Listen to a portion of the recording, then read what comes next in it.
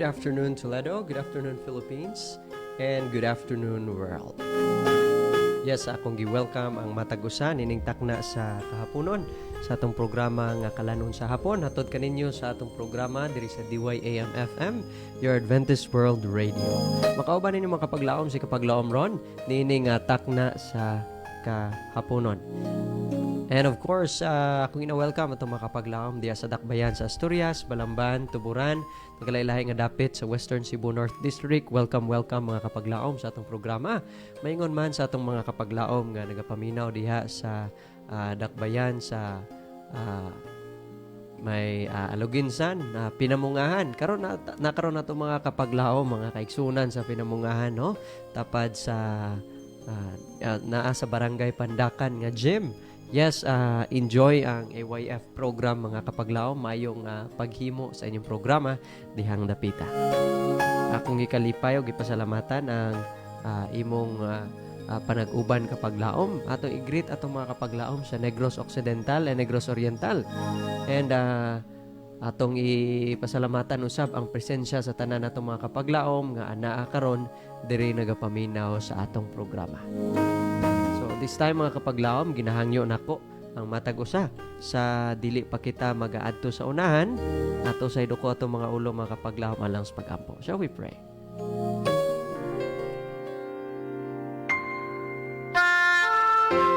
Among dalaygon langit non o may gugmaon nga Dios, tagiya ka Ginoo sa among tagsa kahulam nga kinabuhi. Kami Ginoo nagapasalamat sa imong kaayog sa imong gugma nga ikaw nagpanag-uban sa karon nga higayon. O Dios, among gihangyo nga imong balang presensya mo'y magahatag ka na mo kaalam niining takna sa kapunon among ambiton ang spiritual nga pagkaon alang ka namong tanan. Akong gipasalamatan Ginoo ang tanan nga nagapaminaw karon sa atong nga programa hinaot nga ang Dios magpanalangin o ang gugma paghidait anaa kanunay kining tanan mo giampo gilaw mong madawat tungod lamang sa ngalan nga Ginoong Hesus. Amen. Yes, welcome mga kapaglaom. Ako dahin ko ang higayon no, sa takna sa kahaponon sa pag-greet sa atong mga kapaglaom diya sa Capitol Center SDA Church. Hilabi na ni Kapaglaom Uni nga nagapaminaw karon na sila sa Capitol Center sa International nga Chapel. And we are glad mga kapaglaom to have our friends nga nagatanaw diya sa atong Facebook Live. Kita mga kapaglaom paminaw no sa atong live sa Facebook. Hinaot nga ang ato nga gitawag mga kapaglaom nga mga listeners no and viewers kanunay gyud nga magasubaybay sa atong mga programa kada Sabado sa hapon mga kapaglaom ana kitay programa diri sa ato nga Sibian. Sa dili pa day kita moadto sa unahan no sa dili pa kita magahimo sa atong pagtuon, ikaw akong ginaawhag o ginahangyo sa pagpabilin kapaglaom maminaw sa kita og usa ka awit.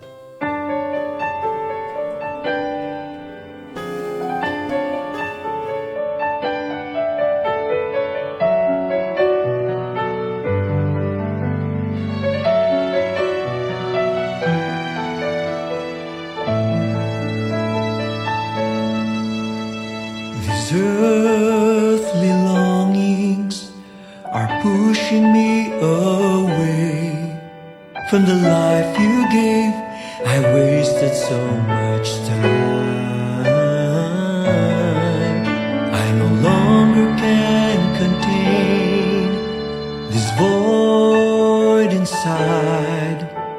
The more it hurts every time I fall. There's no better love who can cure this all. So I'm turning to you, my Lord. Pardon me from all these wrongs. Only your touch can make me whole again. Let your will be done into my life. Let your love desire to be with you. Lord, feel my heart's desire of you.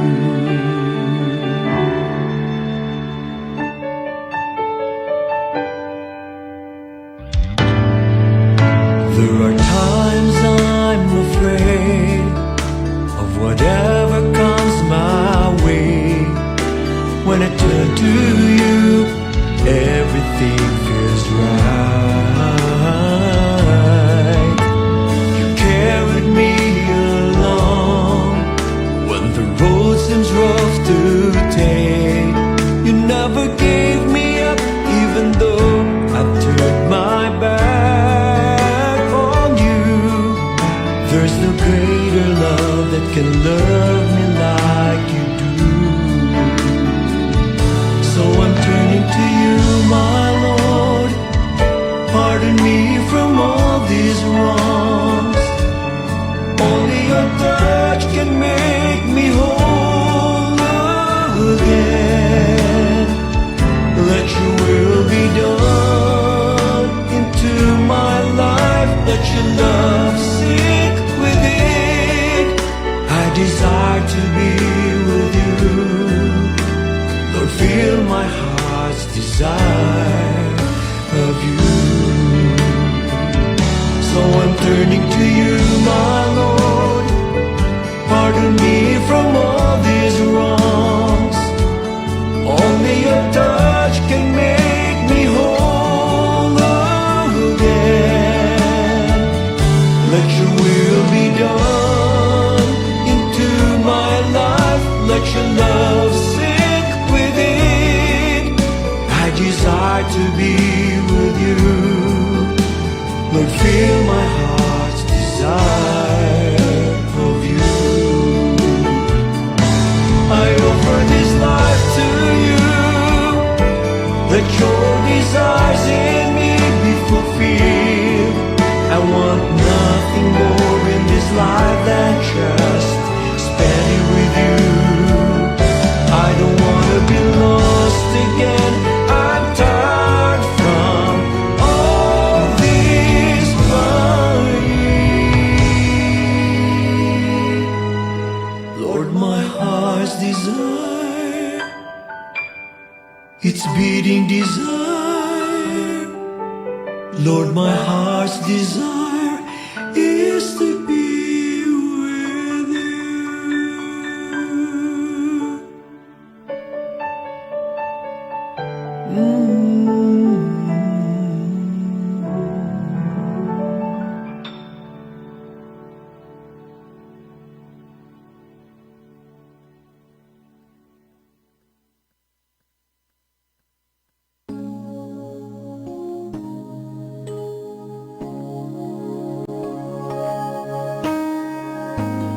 Welcome back mga kapaglaom sa atong programa nga kalanon sa hapon hatod kaninyo sa DYAF FM diri lamang sa atong Adventist World Radio.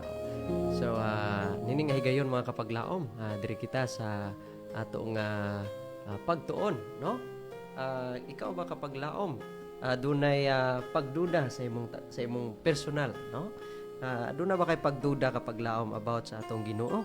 Well, ang atong nga topic nining takna sa kapunon, gitiguluhan sa mga kapaglaom o ang title na niya is God evil? Yes, kapaglaom, evil bang Ginoo? So ato nang pagaisgutan mga kapaglaom diri lamang sa atong programa.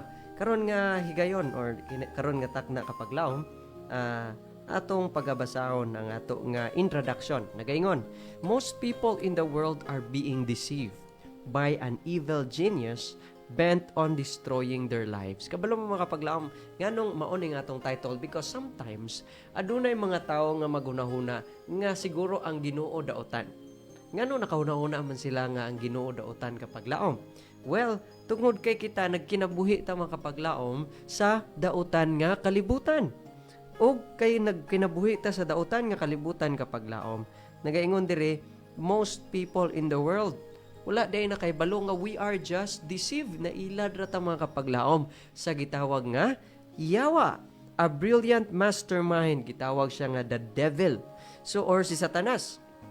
But ang kaning nga dark prince kapaglaom is much more than what you think or what you might think. Many say he's just devious mythical figure, but the Bible says he is very real. Nay uban mga kapaglaom, ay dili man na tinuod ang mga kuan, dili man na tinuod dili na tinuod ang inyong mga superstitions. Kana siya mga matawag na to nga wala lang yun na siya. But you know what mga kapaglaom, kana di ay is tinuod. Kay kabalo mo mga kapaglaom, if ang yawa wala naga-exist, if devil is not existing sa atong panahon karon, we could say kapaglaom nga ang mga tao diri sa kalibutan dili gyud makasala. Kay nga naman, sumala sa balang kasulatan, if you have your Bibles with you, sa 1 John chapter 3 verse 8, gisaysay nga na kanato mga kapaglaom, nga ang yawa maoy nag-originate sa gitawag nga sala. Yes. In what way mga kapaglaom, no? Nga nakaingon ang Biblia, it is because Satan was witnessed by almost akong ang time or ang panahon kapag laom, no? Maingon tag napay mata, napay ilong makasulti kanato mga kapaglaom. Time, history is the witness mga kapaglaom sa pagrebuildi ni Satanas. He was the originator of sin. And gingon din mga kapaglaom, in fact, itawag siya sa una nga the old serpent sa Revelation chapter 12 verse 9. Itawag siya nga the old serpent. And wala lang siya gitawag nga the old serpent mga kapaglaom, but also he is unsay tawag siya mga kapaglaom. Gitawag siya mga kapaglaom nga the devil. Yes, ang gitawag mga kapaglaom nga ang yawa. So, dito na nag-start mga kapaglaom, no, sa time nga si Satanas nag-rebuild ni. But anyways, wala pa ko i-mention, no, nga Bible text nga si Satanas nag-rebuild ni. But of course, naa na tayo mga pangunahuna mga kapaglaom nga di ay rebellion starts or originates from Satan. And so mga kapaglaom, every time ang atong mga batanon, ang atong sulod sa atong panimalay, naa na yung mga pangunahuna nga gitawag mga kapaglaom nga gusto mo rebuildi kana sa kapaglaom, dili na siya iya sa unsa? Dili na siya iya sa Ginoo nga mga pamaagi, kundi iya na siya makapaglaom sa kaaway. So ang iyang ngalan sa unang nga panahon mga kapaglaom, sa wala pa siya natawag nga yawa, according sa Bible sa Isaiah chapter 14 verse 12, ngon sa siya, he was fallen from heaven, Lucifer. Oh, Lucifer. Ang iyang ngalan mga kapaglaom is Lucifer. Oh, his name was Lucifer. And siya nagpuyo dito sa langit sa una mga kapaglaom. Lucifer is symbolized by the king of Babylon in Isaiah 14. Kung masahon niyo mo Isaiah 14. And as the king of Tyrus in Ezekiel 28. So, girepresentaan to mga kapaglaom. Satan was living in heaven when he sinned. Sa panahon nakasala siya, ditong rebelde siya kapaglaom. His name was Lucifer, which means, unsay kabuto sabot ani? Day star. Wow, nice day kayo unta ang ngalan ni Satanas. Usay kung i-apply na to sa atong kinabuhi kapaglaom. Nice po siguro atong ngalan unta. Pero ang problema kapaglaom, kay atong gihugaw-hugawan sa sala. And sa time kapaglaom nga ikaw naghugaw-hugaw na ka sa sala, diha ng panahon kapaglaom nga ingon ka nga, uy, kuan di ay nausab ang iyang ngalan.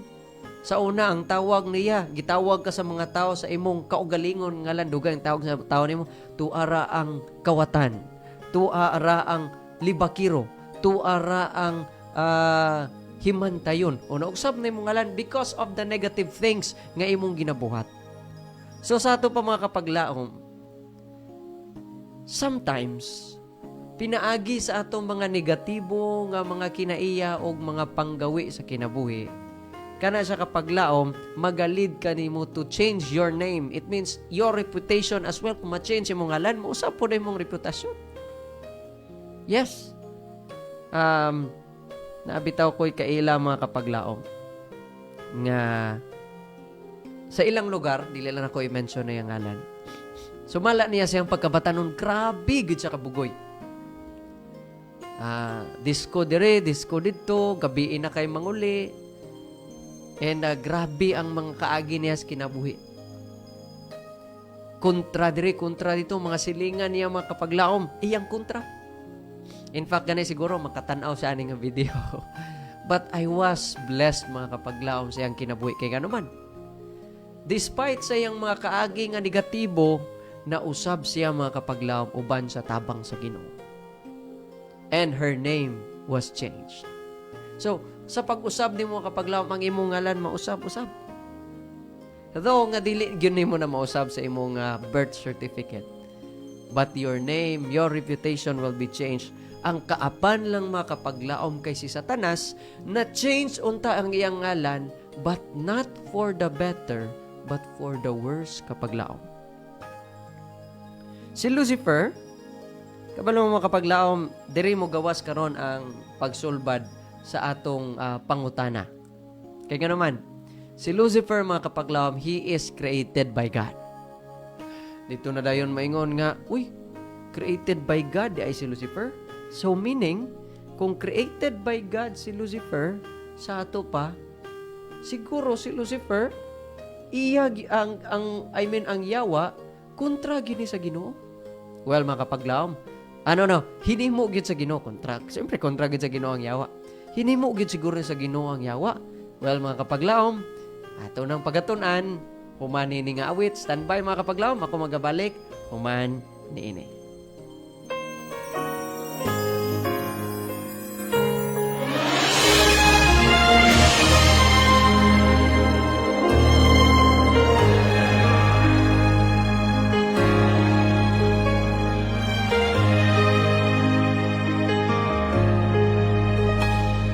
Since I started for His kingdom, since my life He controls, since I gave my heart to Jesus, the longer I serve Him, the sweeter He grows. The longer I serve Him, the sweeter He grows. The more that I love Him, more love He bestows.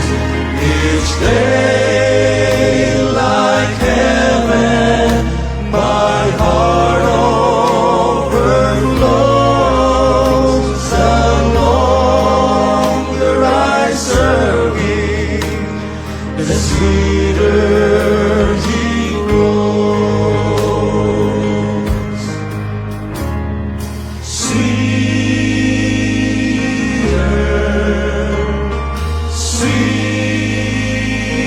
Sweeter, the longer I serve Him, the sweeter He grows.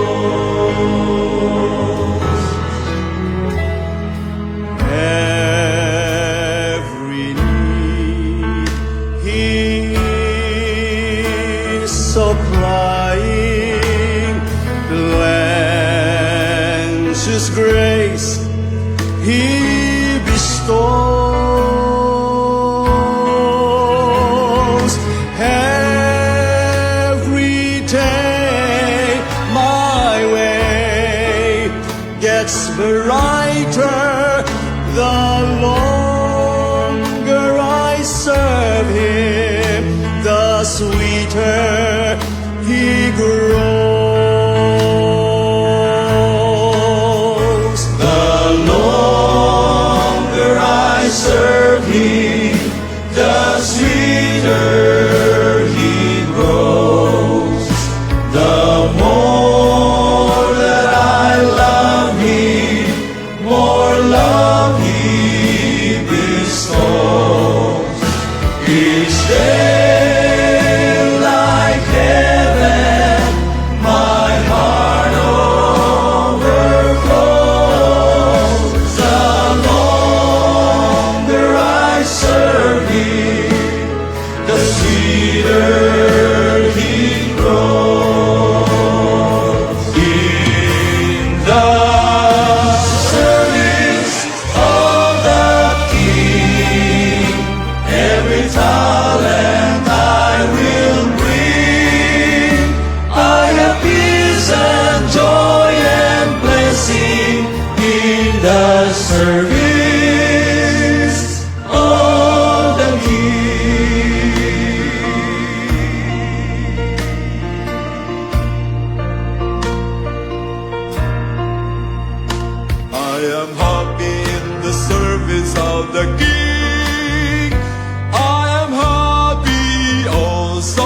happy. I have peace and joy that nothing else can bring in the service of the King.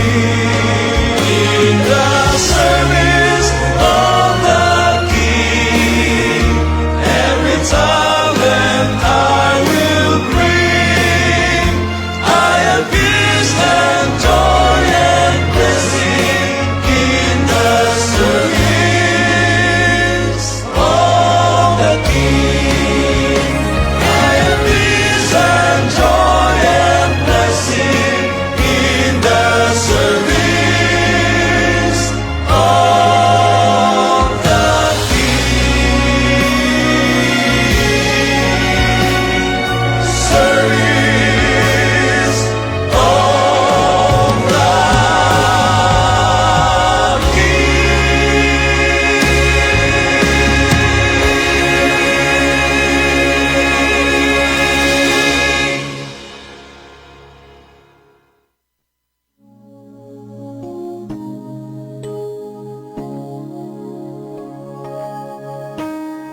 Welcome back mga kapaglaom sa atong programa nga kalanon sa hapon. Still you're listening and watching diri sa DYAM FM, your Adventist World Radio. Alright mga kapaglaom, nini nga takna.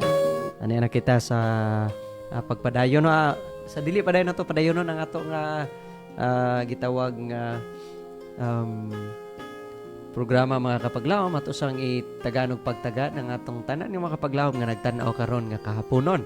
Yes, good evening ni kapaglaom June Awe. Nagtanaw sa karon nasa dito mga kapaglaom sa Pinamungahan. Mayong pagpaminaw. God bless kaninyo mga kapaglaom. Alright, so we have here sa ato nga topic mga kapaglaom. So, since God made or created sa gitawag nga Lucifer, is God evil? Evil ba ang Ginoo mga kapaglaom? Well, tanaw na ito mga kapaglaom kung evil ba ang Ginoo. Yes, it's true. Ephesians chapter 3 verse 9 nga Lucifer was created by God. Hinimo gid siya sa Ginoo mga kapaglaom. We are all as were all other angels. Kung nagimo ang Ginoo mga anghel, nagimo po ang Ginoo og gitawag nga Lucifer. But mga kapaglaom, it doesn't mean nga ang gitawag nga Lucifer mga kapaglaom nga hinimo sa Ginoo gitudluan po niya maghimog daotan. Kay ngano? Sumalapas ba lang kasulatan mga kapaglaom, thou was created. Ezekiel chapter 28:13. Apan laktod sa 15, thou art the anointed cherub that covereth. So, usa siya ka kirubim mga kapaglaom. Thou sealest up the sum full of wisdom and perfect in beauty. Wala ginunta siya sala mga kapaglaom. Perfect in wisdom, full in wisdom, perfect in beauty. And every precious stone was thy covering. And the workmanship of thy tabrets and of thy pipes. So mga kapaglaom, wa giday tay kapasigarbo sa tong kaugalingon karon. Kay nga naman, kung unsa ta karon kapaglaom, we can never be the same next day. We can never be 100% the same. We will change either for the better or for worse mga kapaglaom. So, God made Satan. No, God made Lucifer, but He did not create the devil. Kaya ano, unsa day nahitabo niya mga kapaglaom? Pagkaabot sa verse 17, nag-ingon nga ang iyang kasing-kasing ni unsa? Kung sa kuan pa, naliso mga kapaglaom, it was lifted up because of thy beauty. Kita na yung potential siyang kaugalingon, pwede ko mahimong Diyos, pwede ko ing ani, pwede ko ing anak. Kapaglaom, nausab si Satanas. Thou hast said in thine heart, I will exalt my throne above the stars of God. I will be like the Most High. So, sa kapaglaom, He will be like the Most. Gusto niyang ilugon mga kapaglaom. Kabalo mo? I believe with all my heart that Satan has the connection of changing the law of God. As the Bible speaks, mga kapaglaom, God doesn't want to change the law and the prophets. Pero mga kapaglaom, si Satan, Sa una nga panahon, kung imong studihan ang history, with the record of the dark ages, mga kapaglaom, gipang sunog ang Biblia. Mao na yung pamaagi. I am fully convinced nga si Satanas ang behind atong tanan. But he was never successful. Apan mga kapaglaom, si Satanas, naninghuwa siya. What if I'll try to give a message to change something through the church? Gamiton akong simbahan, kapaglaom. And wala masipyat si Ginoong Hesus pagingon niya nga, there will be a time, ngayon sa, people, unsa ang mga tao, na yung mga tao nga magpakilala nga ilang dala si Kristo. Nayuban nga mahimong sheep ang dagway, pero di ay wolf di ay. In other words, kapag laop na daghan kayo nga mangingilad, di naman ta mailad gikan sa gawas, but gikan sa sulod sa simbahan. Gikan sa kapamilyahan sa Ginoo. So, the message for this afternoon reminds us, mga kapaglaom, God is not evil. Satan is. Ang Dios, mga kapaglaom, dili iyawa, dili evil, dili dautan. Si Satanas mao ang dautan. Kaya naghandom siya nga iyang pakgangon, iyang tumbahon, iyang ilugon ang trono sa Ginoo. And how is it gonna happen? When other people worship Satan, Satan is pleased because he feels like he is God, mga kapaglaom. Isn't it disturbing, no? Sa ato mga kapaglaom. Nga di ay ang Ginoo gusto siya nga simbahon nato siya. And then kita dili tagaran mo simba niya. Instead, we reduce the time of worship. And then mga kapaglaom, mas taason pa natong atong panglaag, atong pagtrabaho. Inumdumi mga kapaglaom, God was never an evil person. He was always good up unto this moment. He loves you so much, kapaglaom.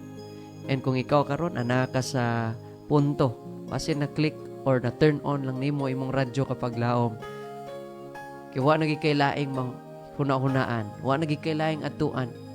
Well, kapaglaom, this is the time to listen and to hear God's voice.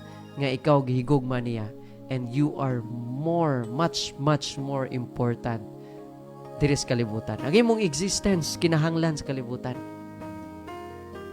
Ikaw kinahanglan ka sa Ginoo, diya sa iyang mga tiilan. He was never evil. He was never cruel, mga kapaglaom. He was always good. In fact, we are always saying God is good all the time. God is good all the time. Satan changed himself, mga kapaglaom, from light to darkness. And God doesn't want us to remain in that darkness. Gusto niya nga i-redeem, kapaglaom. Gusto niya i-redeem ang matagusa ka nato. Gusto niya nga tangtangon ta sa mga kinabuhi nga dili gayud uyon diya kaniya. Kung dili dalon tas kahayag uban ang kalipay. Kapaglaom, di alang tama ng atong pagtuon ining adlaw nga Sabado. Hinaot nga kita nadasig. God was never an evil person. He was always good. And so, this time mga kapaglaom, nato nga pasalamatan, ang atong angay nga pasalamatan. Una sa tanan, pasalamatan natong buhi nga Dios sa iyang kaayo. Sa karon nga kahaponon nga kita nagkig-uban sa atong programa. Ato sad pasalamatan ang atong mga persons behind the scene, mga kapaglaom, in behalf sa Adventist World Radio Toledo. I would like to thank the Central Visayan Conference sa gihatag kanatong higayon nga kita nakahimo niini nga pagsibya. Atong presidente, kapaglaom, Pastor Charles Nogra. Atong communication director, kapaglaom, Pastor Lilord Arangues. Ang atong station manager, kapaglaom, Pastor Efren Ortega. And to your production manager, kapaglaom, Ron Sheridan Gilaran. Mayngon man sa mga media missionaries and to every one of you praying niini nga sibyan. Daghang salamat, kapaglaom. Akong gikalipay ang inyong suporta. Sa karon nga takna, kapaglaom, atong pagatakpan ng atong programa Pinagis Pagampo, magampo kita.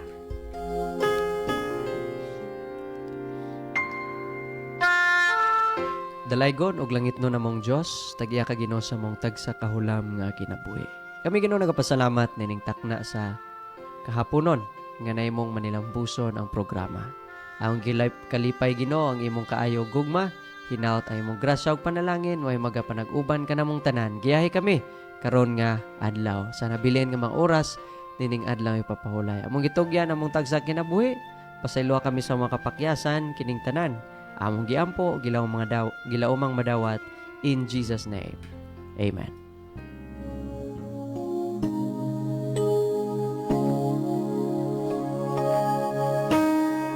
Samtang kami magapadayon sa pagsibya, sa mensahe sa paglaom, nga si Jesucristo mubalik.